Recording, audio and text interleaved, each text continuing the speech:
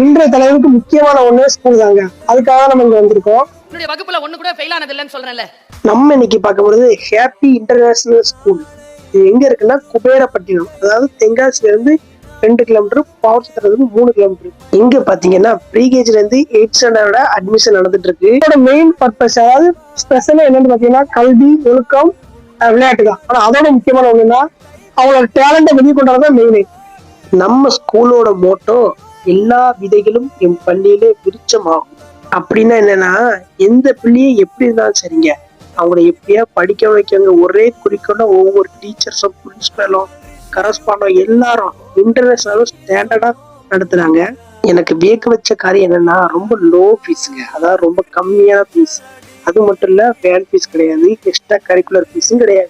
ஒவ்வொரு பிள்ளைகளையும் தனித்தனி கவனம் செலுத்தி அவங்கள ஆங்கில முறையில அழகா ஆங்கிலம் பேச, அதை விட classroom, play ground, van, முக்கியமா எஜுகேஷன் எல்லாமே ஸ்டாண்டர்டா கொடுத்துட்டு இருக்காங்க இவங்க. இருக்கக்கூடியது அது அவங்க குழந்தைங்க வந்து பீஸ்ஃபுல்லா படிக்கக்கூடிய இடம் இது. ரொம்ப டிஸ்டர்பன்ஸ் இல்லாம, நாய்ஸ் இல்லாம படிக்கக்கூடிய இடம். ரொம்ப அழகாவும் அவங்களோட திறமையை வெளிப்படுத்தக்கூடிய எல்லா வகையான சப்போர்ட்டும் நாங்க கொடுத்துட்டு வரோம். Thank you. The parents hope us send towards children to our school. All the children have a great futures in life. Thank you.